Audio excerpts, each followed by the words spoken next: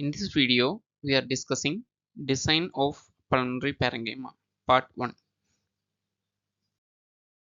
In this section, we will study the structural design of pulmonary parenchyma, focusing on relationship between alveoli and capillaries and internal fibrous support system known as pulmonary fiber continuum. Purpose of parenchymal design. Lung parenchyma is designed to maximize gas exchange. This requires a very large contact area between air and blood and extremely thin blood barrier.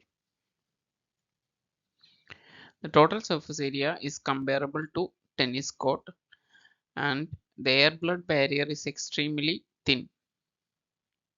This is necessary because red blood cells spend less than 1 second in gas exchange region.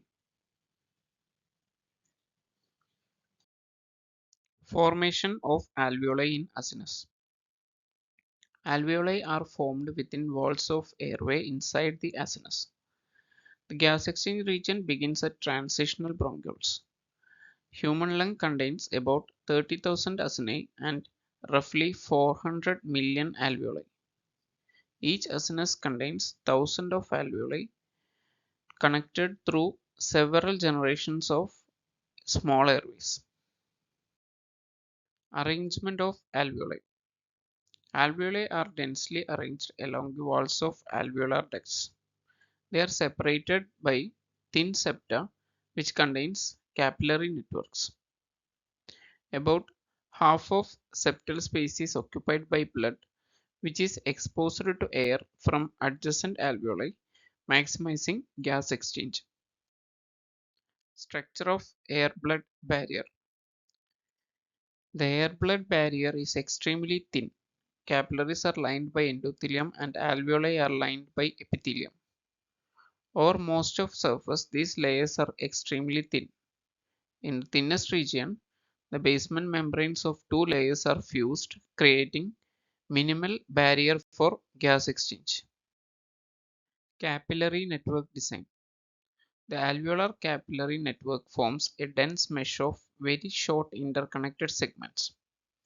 Instead of discrete tubes, it behaves more like a sheet of flowing blood.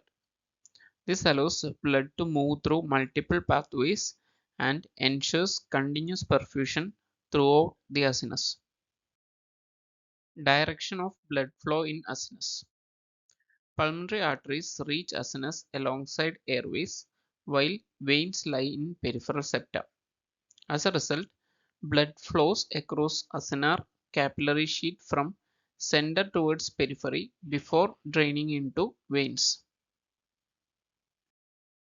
The septal interstitium. To keep the barrier thin, interstitial tissue in septa is reduced to a minimum. It contains very few cells, mostly slender fibroblasts and bundles of contractile filaments. Typically, it does not contain immune cells or lymphatics. Pulmonary fiber continuum. Need for structural support. Because the alveolar septa are extremely thin, they must withstand capillary pressure, gravity, and surface tension forces. At the same time, capillaries must remain expanded over a large surface area. This requires a highly efficient fibrous support system. Components of pulmonary fiber system. The pulmonary fiber system has two main components. Axial fibers run along the airways from hilum into terminal bronchioles. Peripheral fibers arise from pleura and extend into interlobular septa, defining boundaries of lung units. Septal fibers and fiber continuum. Septal fibers in alveolar walls connect axial and peripheral fiber system. There are no loose ends. Together, they form a continuous three-dimensional fiber network extending from hilum into visceral pleura. Functional role of fiber continuum. The fiber continuum divides the lung into millions of small units connected to airway tree. When negative intrapleural pressure develops, the tension is transmitted through the fiber system, allowing lung units to expand. Fiber rings at alveolar entrances. Strong fiber rings are present at the entrance of alveoli. These rings, associated with smooth muscle cells, serves as scaffold for finer septal fibers and allow alveoli to remain open as free-edged chambers. Mechanical integrity of fiber system. The fiber system maintains lung integrity only when it remains under tension. If fibers are disrupted, tension is lost, fibers retract, and air spaces expand.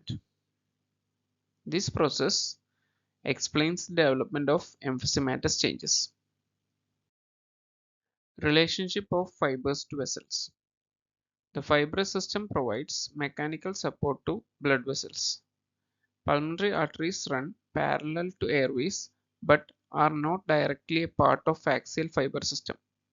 Capillaries, however, are closely related to septal fiber network. Composition of lung fibers. The lung fiber system is composed of collagen and elastic fibers. Collagen provides high tensile strength with little extensibility, while elastic fibers are more extensible and allow lung to stretch during inspiration. Mechanical behavior of fiber system. Collagen and elastic fibers work together mechanically. At rest, collagen fibers appear wavy. During lung expansion, elastic fibers stretch first. As stretch increases, collagen fibers become taut and resist further expansion, providing stability. Role of surface tension. Surface tension at air-liquid interface creates a tendency for alveoli to collapse. According to Laplace's law, pressure depends on surface tension and curvature. Because alveoli are interconnected, the system is inherently unstable. Stability is achieved through fiber interdependence and surfactant. Interdependency of alveoli. Because alveolar walls are interconnected by fibers, when one alveoli shrinks, neighboring alveoli are stretched. This mechanical interdependence prevents collapse and stabilizes lung structure. Combined role of surfactant and fiber system. Surfactant reduces surface tension, particularly at long lung volumes. The fiber system provides mechanical interdependence. Both mechanisms are essential for alveolar stability. When surfactant is removed, alveoli collapse and alveolar ducts enlarge. In summary, the pulmonary parenchyma is designed to maximize gas exchange through a very large surface area and extremely thin air-blood barrier. Millions of alveoli are arranged in acini, and dense capillary sheet ensures efficient exchange between air and blood. Also, the lung is supported by a continuous fiber network extending from hilum to pleura. This system maintains structural integrity. Lung stability depends on both mechanical interdependence provided by fibers and the surface tension, reducing effects of surfactant.